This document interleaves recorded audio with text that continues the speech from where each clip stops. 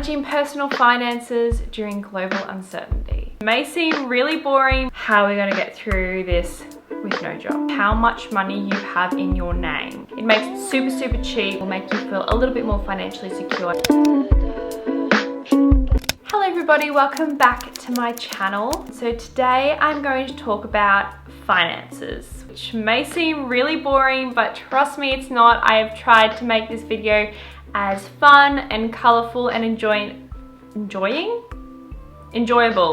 Oh my gosh. So I wanted to show you how I am coping with being a casual worker, post-grad, the brink of literally having no cash flow because our jobs are shutting down and we're casual workers and we really have no salary or payout. If we don't work, we don't get paid. I know that's a reality for so many people out there worldwide, which for me is quite comforting because I feel like we can sort of support each other through, but also that doesn't make it any less scary. So this is a very real topic for me and something that I'm having to deal with right now. So keep watching to find out how to manage your personal finances during this global uncertainty. Now, before I begin, I will say that I am not a financial advisor by any means. This is purely personal experience and what I've sort of put in place now to really help me feel a little bit more secure. For now, let's do crisis talks. How are we going to get through this with no jobs? Also got my tea here. This might be a long chatty video, so if you want to get a cup of tea to cozy up, please join me. Alrighty, let's get into it. So first up, I've broken this into 3 sections. Sort of break it down and show the process of how best to approach the finances when the money's no longer rolling in. So I've got everything on my phone here, so if I keep looking down, that's what I'm looking at. So number 1 is awareness, number 2 is action, and number 3 is maintain. We're gonna go through the categories and I've got subcategories under all of those. So let's start with 1, awareness. So the first point for awareness is a bit of an obvious one, but in times where we're really stressed, these sort of obvious things that we would normally think of, we tend to forget about. So that is know your rights and your timelines. So this is sort of a 2-tiered point. So know your rights when it comes to your employment. Obviously that is different for everybody, but if you're casual, if you're part-time, if you're full-time, know your rights if your work stops, if you need to be paid out. Just really have a grasp on that, because obviously when cash flows and come into businesses, there can be some shady stuff that goes on. So just make sure you're fully aware of what you're entitled to.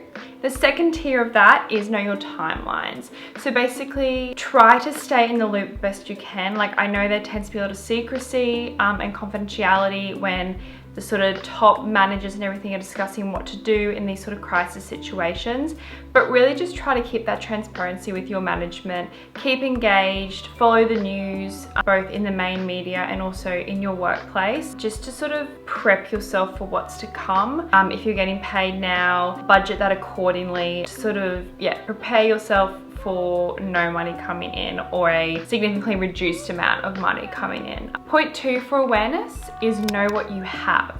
So now is a really good time to look at all your accounts and really bring awareness to how much money you have in your name. Now, the importance of this also loops in with the importance of knowing what you owe as well. So if you've got upcoming bills and everything like that, take that out, because that money is going to be coming out soon enough and you're not going to have it for the long haul. So be really critical when you look at your bank account. Don't make assumptions.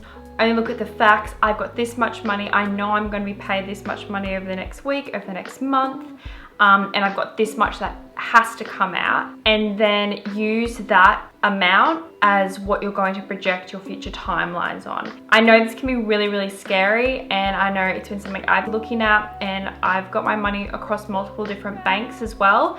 So if you do that, like, it is a bit more of a process having to go through and calculate everything, but it makes you hyper aware in this sense in this sort of situation. So next up in awareness is become more conscious of pay and bill cycles.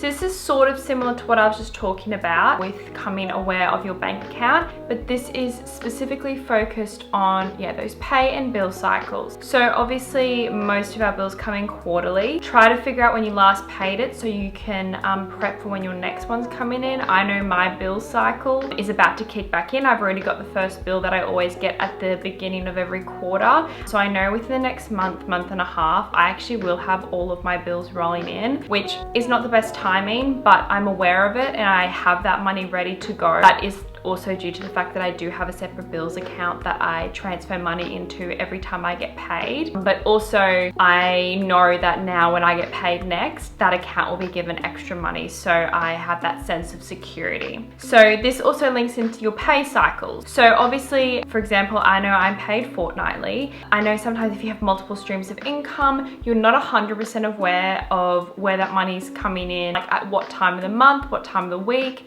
So really have a look back through your account history and see when you're getting those deposits in. This will allow you to budget through these times and sort of know where to attribute money to while you've still got it coming in for the time being. What I mean is if you've got like 2 streams of income, for example, and you're getting paid tomorrow and then you're getting paid like next Monday, then maybe you can attribute more of this pay to your bills because you've already done your grocery shopping for this week or something like that. So you know that when the money comes in next Monday, more of that can go to your food shop and sort of break it down a little bit. That's what we're trying to do here. Okay, so next up in awareness is check all accounts for attached subscriptions. So this is such an easy money hole to fall down. I know I've had things attached to my accounts in the past that I've totally forgotten, or I've done a free trial or something and forgotten to cancel it, and that money's just been sucking out every fortnight, every month. And even though it might only be $12, $20, it adds up really quickly, and in times when you're really needing all the money that you can get, these things are definitely something that you need to get on top of. So the best way to do that is just to go through your accounts and see when money's being taken out, and then generally if it's from like YouTube or Google or something like that, the pay information will show up. If that's not working for you though, you can go into like your subscription section in like the settings on different websites and platforms. For example, if you have an iTunes account, you can view your subscriptions, your active subscriptions, and also view the free trials you're on and take off auto renewal. I always have off auto renewal. I just think if I want something, I'll renew it when it's time. As well, make sure you're not paying for anything that you're not fully utilizing. So that's it for awareness. I'm gonna move to our action points. So basically it's taking awareness and how to really implement them and get that money ball rolling. Cancel or freeze unneeded memberships or subscriptions. So I know a lot of people at the moment are looking into their gym memberships and cancelling or freezing those, because obviously we've been advised not to go to the gyms and work out at home. And also gym memberships are expensive. I currently don't have one. I have a gym in my apartment block, and for the past 2 weeks anyway, I've been working out at home. I do know in the past when I've had gym memberships, they've been super expensive, and those weeks where I haven't gone, it's literally just been flushing money down the drain. So I definitely recommend looking into those, reading your contract, but also I do think gyms have been quite flexible at the moment. So even if your contract you can't cancel or freeze, or you have to pay an exit fee, just talk to your gym and be transparent, because so many people are doing it at the moment. And that also goes for subscriptions. Netflix, Stan, all of those subscription services. Do whatever you can to save that money. Also, it's important, you can also look into getting like really crafty with these. So I think Netflix allows like 4 to 5 accounts on like one family plan, or I'm not too sure how it works. Clearly I'm on a family plan. But if all your friends are paying for your own separate Netflix accounts or Stan accounts or whatever accounts, maybe have a chat to your friends and see if you can all cancel them and then just go on one joint plan and then split the cost. It makes it super cheap, and it sort of makes sense. Like, why are you all paying full price when you can get it for so much cheaper? So next up in the action section is to pay bills immediately. So for me personally, when I get a bill, I will save the date that it's due into my calendar, and then I'll pay it the day it's due. The reason I do this is because the longer that money can sit in my account and earn interest, in my mind, is better. And as I said previously, I keep all of my bills money in a separate account anyway, so I know I'm always have the money to pay them when the time comes. So this is definitely a change I'll be implementing. Now the reason that I think this change is good for right now is it just reduces any money pressure or stress that exists. So obviously when I have a bill sitting there unpaid and I'm waiting for that due date to roll over, I do have that sense of debt, I guess. Like I know I owe it and I don't have complete financial freedom, I guess you could say. And in times like this when the money isn't rolling in as often or in such abundance as it usually is, it's really important to get any sort of negative things out of the way, I guess, and obviously no one wants to pay bills. So pay them off immediately as soon as they come in, as long as you can afford it, as long as it's reasonable. If paying off a bill is totally going to put you out and you're not going to be able to afford to eat that week, then obviously that's something to look into more. But just a general rule of thumb, I think that is helpful and relieving some financial stress and making you feel a bit more in control as well. So my next tip up in the action section is stay close to home. So what I mean by this is I'm really trying to pull away on any needs to drive anywhere or even to get public transport. It's all a cost at the end of the day. Fuel's expensive, public transport really adds up quickly, especially if you're traveling in peak times, which I know obviously is unavoidable for a lot of us. But staying close to home, walking, I know I've been walking so much recently. Yeah, really trying to reduce long drives, long trips anywhere really, that sort of burn a hole in the pocket that we don't really acknowledge until we get the bill or have to fill up our fuel tank. So next up in action is unsubscribe from marketing emails and texts. I have never received so many marketing emails and texts than I have in the last week.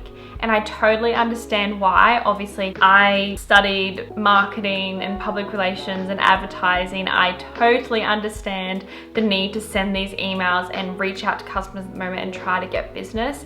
But in the same vein, when you're trying to be super conscious of your financial situation, receiving these great deals is not going to help you at all. More likely, it's going to make you want to spend money because you're like, oh my God, 25% off. That store never does it. I know I've done it. I literally got an email the other day from one of my favorite skincare brands and they did this massive bundle pack and I was so close to buying it. But I was like, no, I've still got cream in the tube at the moment, like from the ones that I already bought. Like I don't need to buy it right now. And I've also got other creams at home that I can use in the interim when buying skincare isn't really a priority. So unsubscribe or even set up a new mailbox and get all of your junk mail sent to that instead. So it makes it really easy to do a bulk delete, but also it's something you don't have to check every day, but you can just like sort of dabble in every so often if you are looking for a specific deal. Okay, so moving on to maintain, but this is sort of a crossover of action and maintain this tip, and it's to look at your passive income sources or potential passive income sources. Passive income is something that has sort of become a buzzword I feel like recently, or maybe like I've just heard more about it. It's looking for those ways you can earn money without really doing anything or not doing your main job is probably the way that I would phrase it for this point.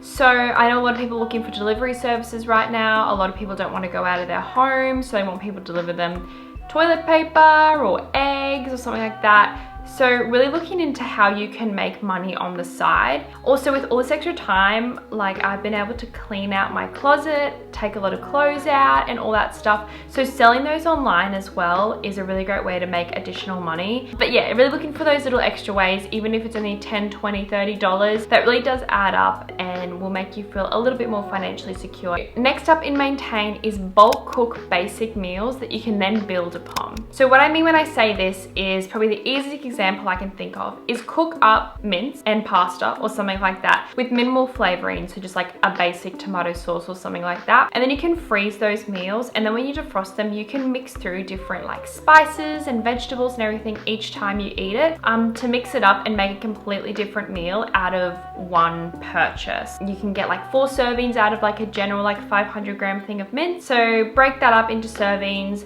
cook it plain, and then you can make Mexican with it, make sanchoy bao, even probably do like some sort of curry thing, pasta, whatever you want. That really gives you the flexibility, and then you're not eating like tuna and rice or like a frozen curry for weeks on end. Next up is sort of going against everything I've just said about saving your money, but I think it is something really important right now. That is to still contribute to small and local businesses. Now I know the thought of spending money at the moment is really stressful, frugal, but I think this point is something that we can all incorporate in little ways. So for example, I've just been trying to go out a couple times a week and buy a coffee from a local cafe. Not the chains, the little unique holes in the wall that really are struggling at the moment and need your money. I've been going in and just reading a book, reading the news, listening to a podcast, going with like friends or family, and just sort of spending those $4, $5, $6 that really adds up if everybody does that, and helps out those people who are really struggling, and also keeps people in jobs as well. So still having people coming in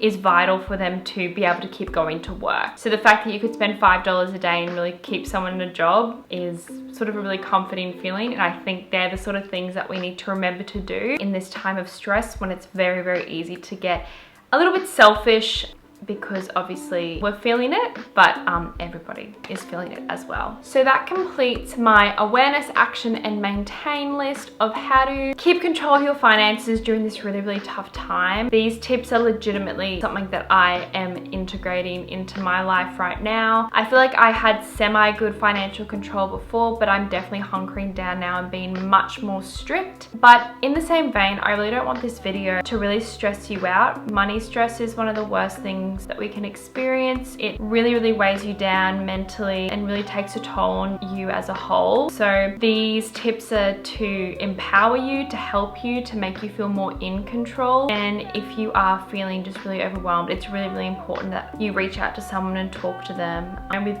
we live in a world where FaceTime is a thing, so really not having physical contact with people isn't even that big of a deal. But before I go though, I do want to touch on some of my favorite resources that actually really enabled me to sort of put this list together, but have also in the past allowed me to get my whole financial situation in a really good place. So I'm gonna be reading, but I'll put them up on the screen as well here. So for podcasts, She's on the Money, Kick Pod, Millennial Money, and the Real podcast with Natalie Barbu. My two favorite Instagram accounts are The Financial Diet and Clever Girl Finance. And then YouTubers who are more lifestyle channels, but they do talk about finances, and I sort of like how they weave it into their everyday life. It makes it seem a bit more exciting, and I like seeing people really put their tips in action as well. So those people are Michelle Reed, Natalie Barbu, Elena Taber, Best Dressed, and Renee Amberg. I hope I said all their names right. I just realized I never checked the pronunciation. Anyway, I'll also link them all below in the description box so you can click on them. I might actually link the YouTubers' specific financial videos to save you scrolling too much, so you can get that information straight away. It's a really relatable way to sort of learn about finances and feel more comfortable in getting on top of your own. So I hope this video helps some of you out there at least, even if it just offered a bit of a distraction from this crazy, crazy time that we're going through. But yeah, I hope you enjoyed it, and I will be back with a video very, very soon. Good luck with your finances. And also don't forget to like, subscribe, comment, share, post, bell notification, all that stuff. Support me. Thank you. Goodbye.